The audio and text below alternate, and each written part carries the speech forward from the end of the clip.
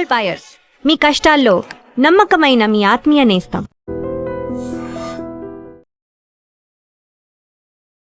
నమస్తే, welcome to I dream talking point with కవిత.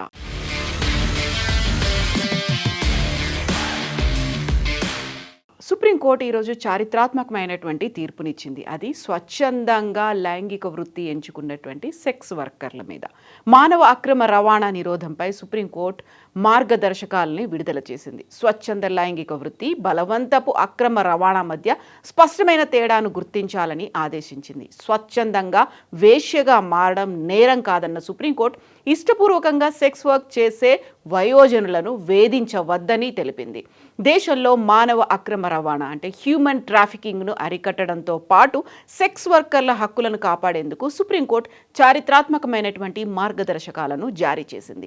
స్వచ్ఛందంగా లైంగిక వృత్తి అంటే సెక్స్ వర్కర్గా మారుతున్నటువంటి వారు ఎంచుకున్నటువంటి వయోజనులకు బలవంతంగా ఈ రొంపిలోకి లాగిన బాధితులకు మధ్య స్పష్టమైన తేడాను గుర్తించాలని అత్యున్నత న్యాయస్థానం ప్రభుత్వానికి, పోలీసులకు స్పష్టం చేసింది.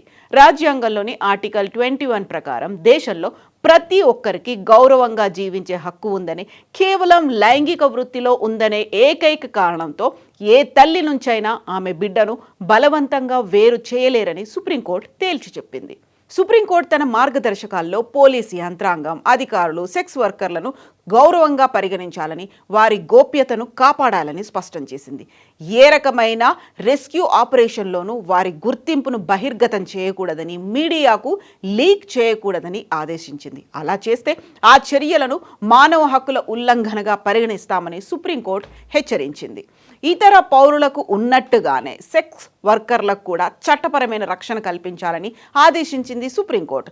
నివాస ధృవీకరణ పత్రాలు లేకపోయినా సెక్స్ వర్కర్లందరికీ ఆధార్ కార్డులు జారీ చేయాలని UIDAIను ఆదేశించింది. సరైన గుర్తింపు పత్రాలు లేని కారణంగా సంక్షేమ పథకాలకు వారు దూరం కాకూడదని వ్యాఖ్యానించింది.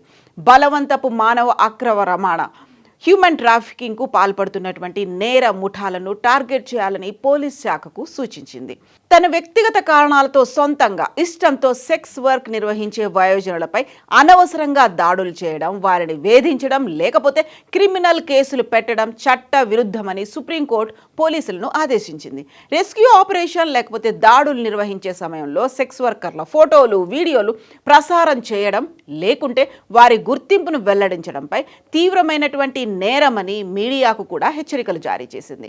స్వచ్ఛందంగా ఈ వృత్తిలో ఉన్న వారిని వదిలిపెట్టి మహిళలు, మైనర్లను బలవంతంగా అక్రమ రవాణా చేసే మాఫియాపై మాత్రమే కఠిన చర్యలు తీసుకోవాలని, వారిపై ఉక్కుపాదం మోపాలని స్పష్టం చేసింది.